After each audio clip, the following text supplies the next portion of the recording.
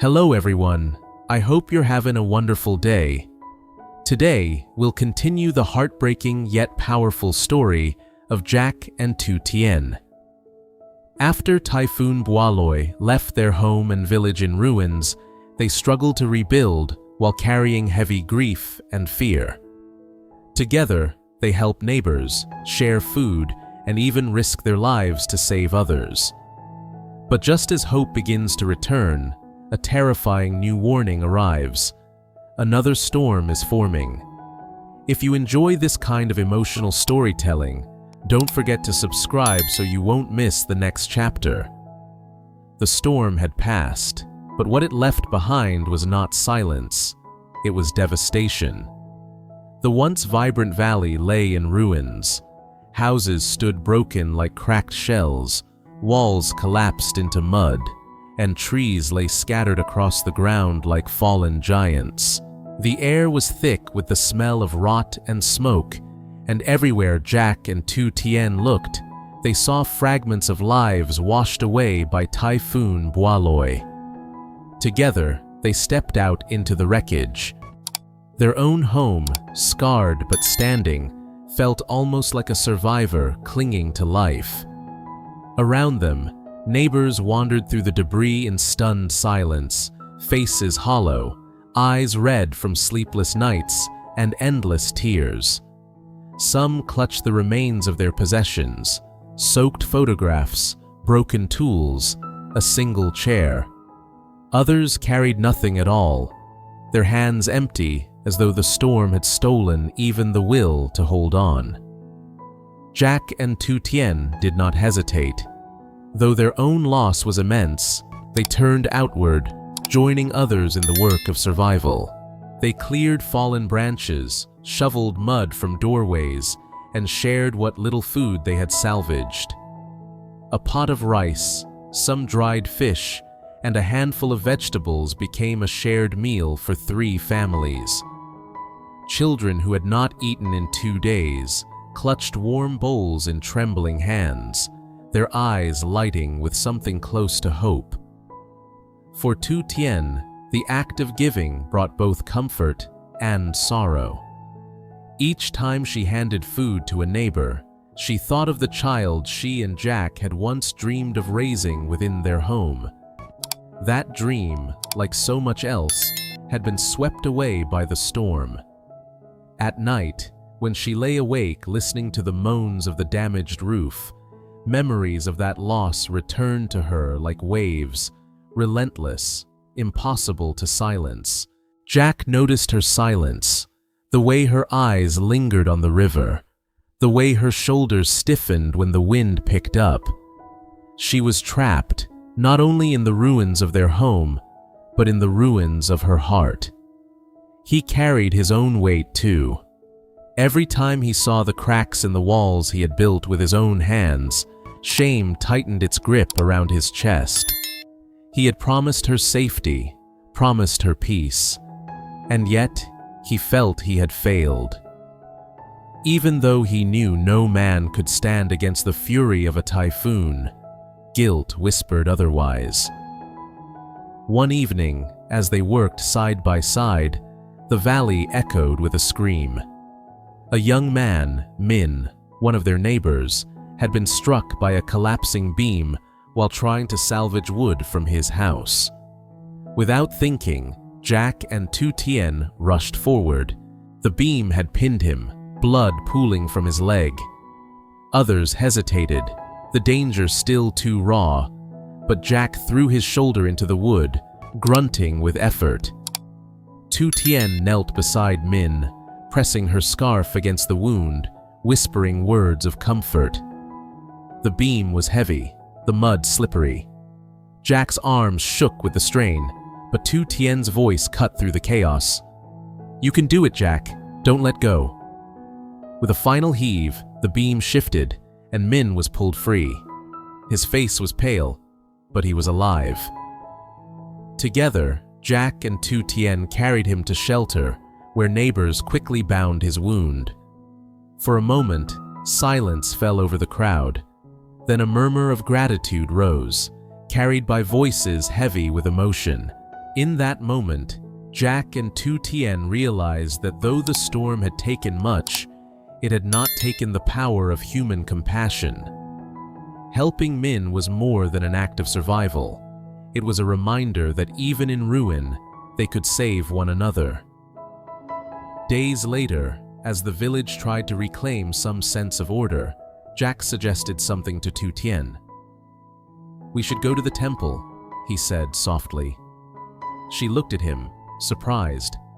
Their lives had been too consumed by survival for ritual, yet she felt the truth of his words.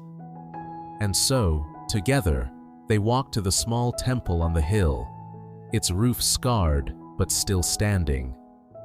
There, alongside other survivors, they lit incense, their hands trembling as smoke curled into the air. Monks chanted softly, their voices rising like a balm against the raw wounds of the people. That evening, the villagers released lanterns onto the river.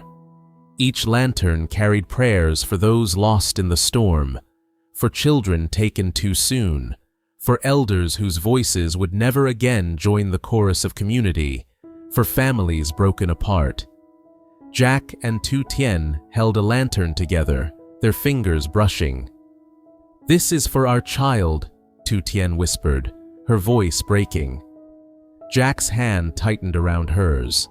They lowered the lantern into the water, watching as it floated away, glowing against the dark current. Around them, hundreds of lanterns drifted, their soft light transforming the scarred river into a path of stars. For the first time since the storm, Tu Tien felt her chest loosen. Grief did not vanish, but it found a place to rest among the prayers and the flickering lights. The ceremony gave the village strength. People who had wept alone now stood side by side. They sang old songs, shared food, and promised to rebuild not just their homes, but their sense of belonging. For Jack and Tu Tien, it was a reminder that home was not only walls and a roof. It was the people who gathered when everything else had been torn away. But peace is never without shadow. A week later, just as laughter began to return to the valley, a new warning came. The radio crackled with the voice of an announcer. Another storm was forming over the ocean. Its path was uncertain, but its power undeniable. As the villagers listened, fear spread like wildfire. Mothers clutched their children. Men stared grimly at half-repaired roofs. Tu Tien felt her chest tighten, her breath shallow. She looked at Jack, her eyes wide with dread.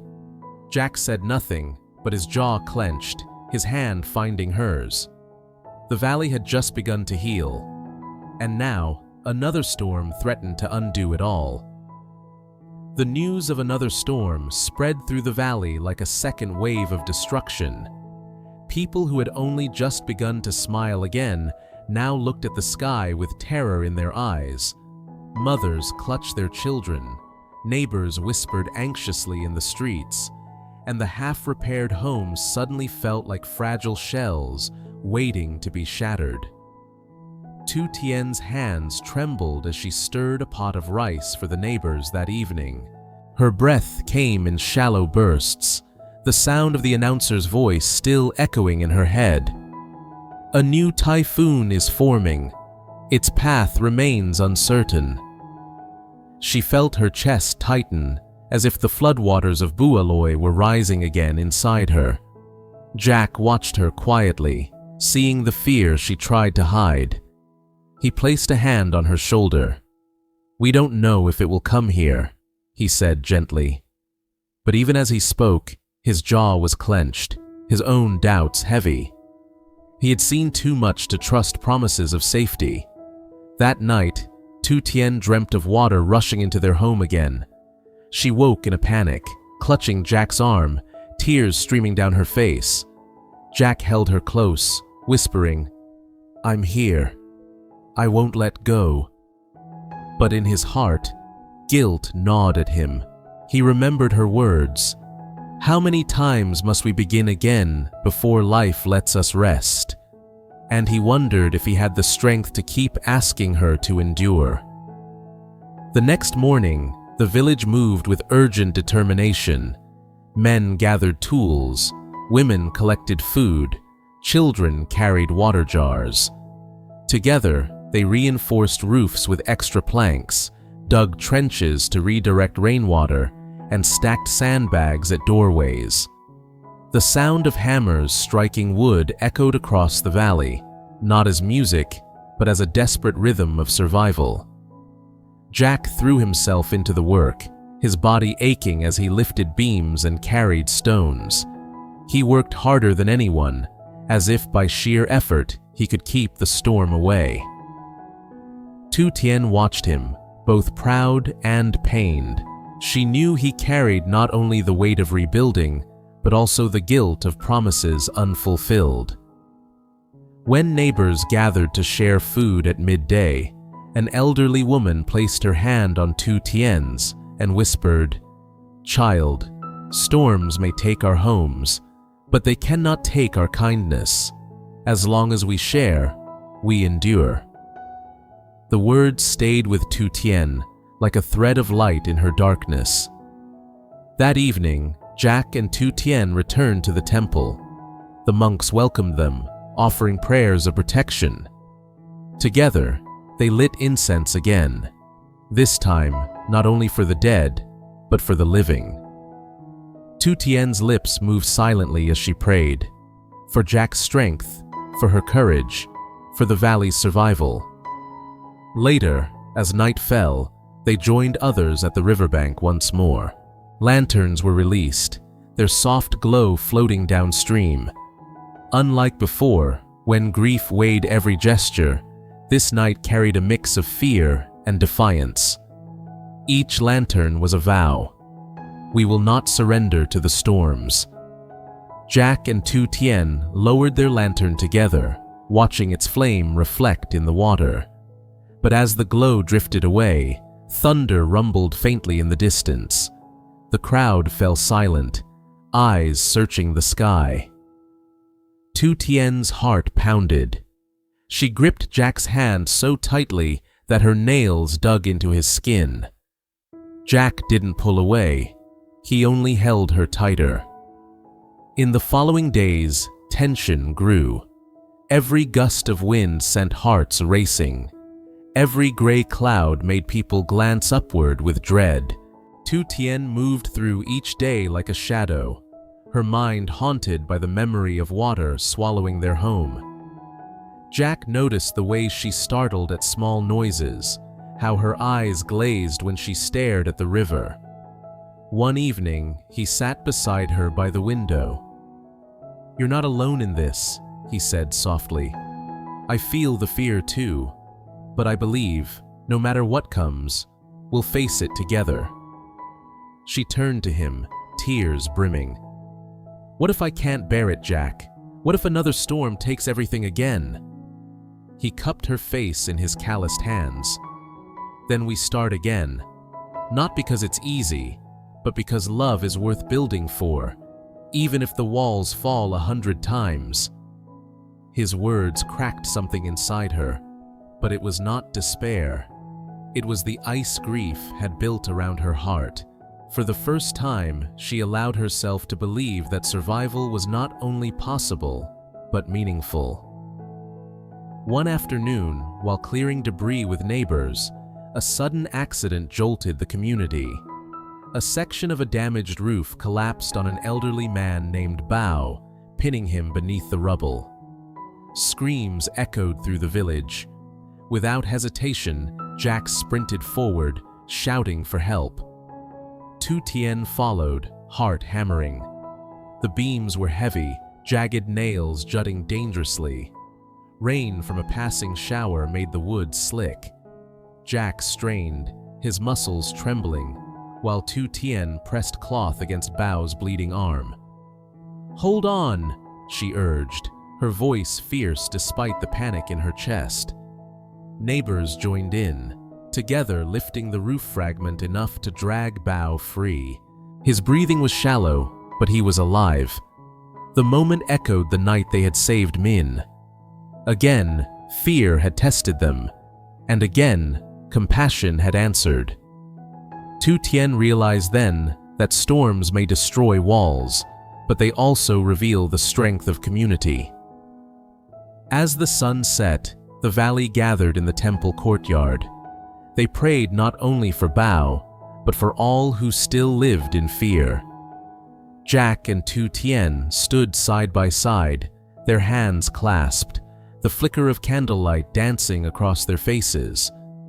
For a brief moment, peace returned. The laughter of children drifted through the air, neighbors shared warm rice and tea, and the night seemed calm. Tu Tien leaned against Jack's shoulder, whispering, "Maybe we will heal." Jack kissed her hair, whispering back, "We already are." But peace is fragile. The next morning, the radio crackled again. The storm had grown stronger.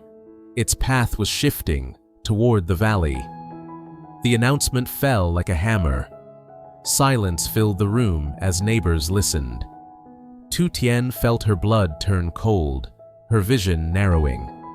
Jack's hand found hers, steadying her. Around them, fear spread like wildfire. Mothers cried. Men cursed under their breath. The work of weeks suddenly felt like paper shields against an ocean. Tu Tien's lips trembled as she whispered, "It's coming again." Jack squeezed her hand, his eyes firm despite the dread in his chest. "Then we face it. Together." The valley braced once more, hearts pounding, waiting for the sky to decide their fate. And just like that, hope and fear collided, leaving Jack, Tu Tien, and their community suspended between survival and despair, awaiting the storm that would decide their tomorrow. In the aftermath of Typhoon Bualoi, Jack and Tu Tien emerged from their broken home to find the entire valley shattered. Despite their own pain, they share food with neighbors, lend their strength to rebuild, and even save injured villagers. Yet beneath their courage lies deep inner conflict. Tu Tien is haunted by the fear of another storm, while Jack carries the guilt of failing to protect the home he built. A visit to the temple, where they release lanterns for lost souls, gives them fleeting peace and a sense of community. But just as the village begins to heal, shocking news arrives. Another powerful storm is forming, and its path points directly toward them. With fear rising again, Jack and Tu Tien must summon strength not just for themselves, but for their entire village.